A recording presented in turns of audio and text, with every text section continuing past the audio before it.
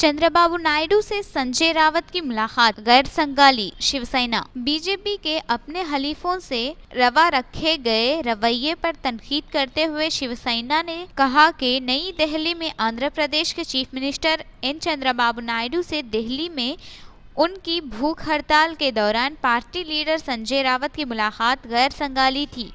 रावत की चंद्रबाबू नायडू से मुलाकात का दिफा करते हुए इकबाल सामना ने लिखा कि इस मुलाकात से कौन सा आसमान टूट पड़ा है।